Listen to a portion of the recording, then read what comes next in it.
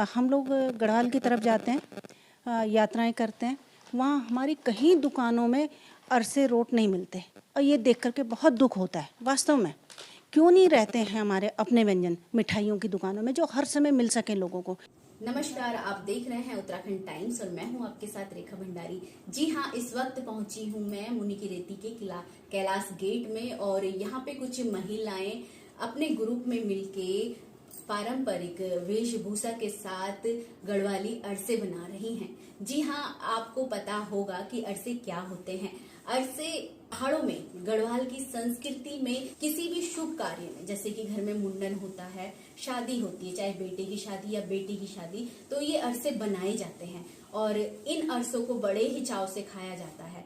पहले के समय में मिठाइयाँ नहीं हुआ करती थी, बाजार बहुत कम हुआ करते थे, तो घर में ही अरसे बना लिए जाते थे। आइए यहाँ पे जो महिलाएं हैं अपनी गढ़वाली संस्कृति को आगे बढ़ाने के लिए, क्योंकि अरसे लुप्त होने के कगार में है हर कोई, क्योंकि मेहनत ज्यादा लगती है और अकेले से अरसे नहीं बनते हैं। कम से कम 3 से 4 लोग लगते हैं अरसे बनाने के लिए, तब जाके अरसे बनाए जाते हैं। और इस गढ़वाली संस्कृति की ये धरोहर है, इसको संजोए रखने के लिए मधु अस्वाल अपने टीम के साथ काम कर रही हैं और लोगों से ऑर्डर लेके, जैसे कहीं शादी होती है तो किसी को टाइम नहीं है अरसे बनाने का, तो वो इनको ऑर्डर कर सकता है कि हमारे लिए आप अरसे बनाएं, जिससे कि कई महिलाएं इस रोजगार से भी जुड़ेंगी। तो ये एक अपने में बहुत अच्छा काम है। आइए बात करते हैं मधु अस्वाल जी से कि कहाँ से उनको प्रेरणा मिली कि आप अरसे ही इसको ही आप आगे बढ़ाएं और एक आपने उद्योग के रूप में, एक कुटीर उद्योग के रूप में आपने इसको लिया है और महिलाओं को इससे जोड़ा है, जिससे कि महिलाएं घर बैठे छोटी सी एक इनकम कर सकें। नमस्कार, आप सब मेरी सेवा शोले जन के आप सब जानते हम अपने परंपरा बिसना छिन भूलना छिन, या हमारे बच्चों तक भी अब नहीं पता कि भाई अरसा जब हम ही नहीं जानता तो हमारे बच्चों कनके जान कि भाई कनके बनाना चीज क्या बनी। ये चीज तो देखते हैं मैं हम ये शुरुआत करी ताकि हमारी परंपरा, हमारा खान पान और हम ये तक जीवित रख सकें अपनी संस्कृति, बोली, भाषा। ये सोचकर हम शुरुआत करी छे पिछला साल अप्रैल में, और ताकि हम अपना खान पान तय हम तो सबसे पहले तो गर्व होना चाहिए अपनी जो भी हम खानों पीणों हमारे गढ़वाल में अग्ने बढ़े सकदन। अभी मैं आपको अरसे का इतिहास बता देती हूँ। अरसे को अरसालू भी कहा जाता है। कर्नाटक से अरसालू आए हैं। आइए आपको बताते हैं। अब आप सोच रहे होंगे कि कर्नाटक से अरसों का क्या संबंध है। शंकराचार्य जब बद्रीनाथ और केदारनाथ का निर्माण कर रहे थे, उसी समय जब कर्नाटक दक्षिण भारत के ब्राह्मणों को बद्रीनाथ और केदारनाथ में भेजा जा रहा था उनको पुजारी के रूप में पूजने के लिए, तो अपने साथ अरसालू लेके आए थे। ये एक ऐसी खाने की चीज है कि जो काफी दिनों तक चल पाती है और खराब नहीं होती। वहीं से आए हैं अरसालू और ये गढ़वाल में आके अरसे हो गए। ये इतना इजी भोजन था उस समय का कि ये आपके शरीर को एक पौष्टिक आहार देता था और शक्ति भी देता था। इसमें गुड़ है, इसमें चावल है। अभी हमने जान ली कि अरसे कहाँ से आए और कैसे। अब जान लेते हैं कि अरसे कैसे बनाए जाते हैं कि जिससे हर कोई अपने घर में जब भी शुभ कार्य हो तो बना सके। तो मधु अस्वाल जी से रेसिपी जान लेते हैं अरसे बनाने की। हम लोग अरसे और रोटाने 2 चीज़ हम लोग बना रहे हैं। तो मैं आपको पहले बताती हूँ कि अरसे कैसे बनाते हैं। अरसे बनाने के लिए जैसे आपने चावल को हम रात भर भिगोते हैं पानी में, अगले दिन हमने उसको निखारने के बाद थोड़ा सा हल्का उसको पंखे की हवा में सुखा लेते हैं, थोड़ा सा उसका पानी मर जाए। और उसके बाद गुड़ की हम चाशनी बनाते हैं। चाशनी के साथ फिर इस आटे को, इसकी पिट्ठी बनाई जाती है, खूब घोटा जाता है।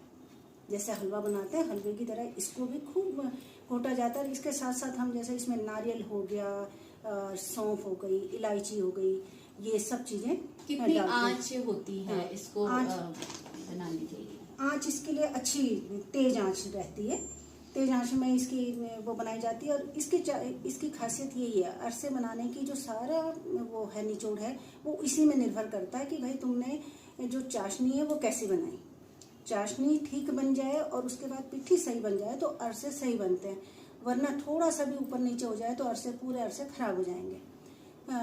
इसी वजह से लोगों को थोड़ा वो रहता है कि हाँ भाई अरसे हर एक के बस का नहीं है बनाना। हालांकि हमेशा बनाते रहो तो फिर प्रैक्टिस में आ जाएगा और वो आसान हो जाता है बनाने।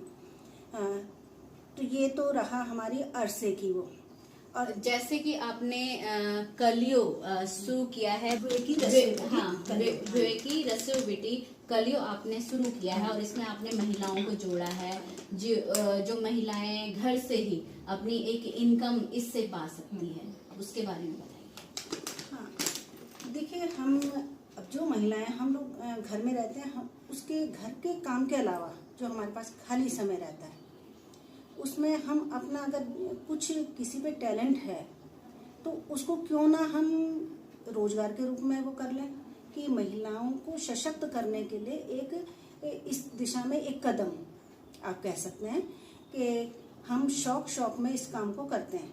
जो भी जैसे सुबह अपना काम निपटाया उसके बाद हम इस काम को कर सकते हैं 1-2 घंटे जो हमें समय मिलता है, और शाम को भी खाना बनाने के बाद शाम को आराम करने का 2-3 घंटे का टाइम इसमें दो तो अपना थोड़ा सा आर्थिकी रूप से भी हम महिलाओं को सशक्त कर सकें। इस दिशा में एक छोटा सा कदम है, ताकि महिलाएं जिनको ज़रूरत है वो सशक्त भी हो सकें, अपने टैलेंट को भी दिखा सकें। हर एक में कोई ना कोई हुनर होता है। आपने 1 साल हो गए आपको ये कलियो चलाते हुए, तो कैसा रिस्पांस मिल रहा है आपको? देखिए रिस्पांस अभी तक तो बहुत अच्छा मिल रहा है हमें, क्योंकि जितने लोग हमसे कलियो लेकर के गए हैं आज तक कभी किसी को शिकायत नहीं हुई। बहुत अच्छा सबको ये कि बहुत अच्छा स्वाद है, टेस्ट बहुत अच्छा है। रोटाने और कलियो ये अरसे दोनों चीज बहुत पसंद आ रहे हैं लोगों को, तो रिस्पॉन्स तो हमें अच्छा ही मिल रहा है। अंजू जी, आप भी कलियों से जुड़ी हुई हैं, कैसा लग रहा है आपको कलियों से जुड़ के? अच्छा लग रहा है।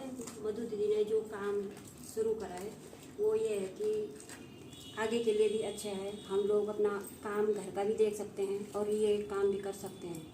और जिनको अगर रोज़गार की तरह भी शुरू करना है तो उनके लिए भी सुविधाएं हैं, ताकि अपना घर भी संभाल सकें और ये काम भी कर सकें।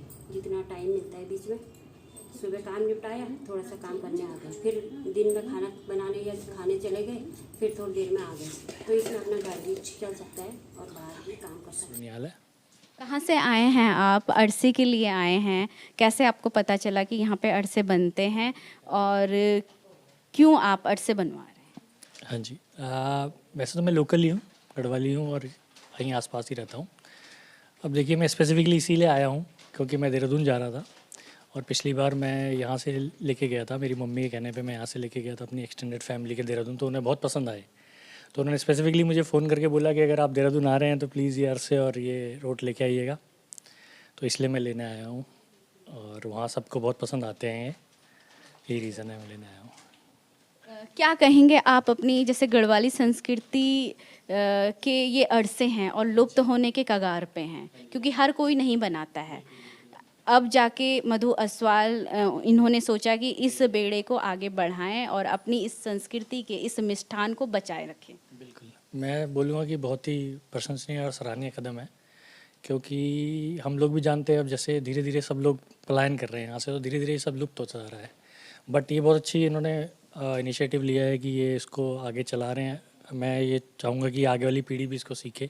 ये जो हमारे कल्चर से जुड़े हुई चीज़ें हैं ये धीरे धीरे लुप्त होती जा रही हैं, बट मैं ये चाहूँगा कि ये आगे चलता रहे। बहुत ही अच्छा कदम है ये, और हम ही लोगों को इनको सपोर्ट करना पड़ेगा बेसिकली। बिना हम सपोर्ट नहीं करेंगे तो ये कुछ दिनों में फिर ये कैसे लगते हैं आपको अरसे खाने में, जरा टेस्ट बता दीजिए। नहीं नहीं, ऐसा तो कोई नहीं होगा, मुझे लगता है जिसको ये पसंद नहीं आते होंगे, और बहुत ही ओरिजिनल तरीके से बनते हैं मुझे लगता है यहाँ पे। क्योंकि चाहे मेरे दोस्त गढ़वाली लोग हों और जो गढ़वाली नहीं भी हैं उनको भी बहुत पसंद आते हैं ये, तो इसीलिए मैं उनके लिए भी ले जाने आया हूँ। मुझे तो बहुत पसंद है, खासकर दोनों ही चीज़ें।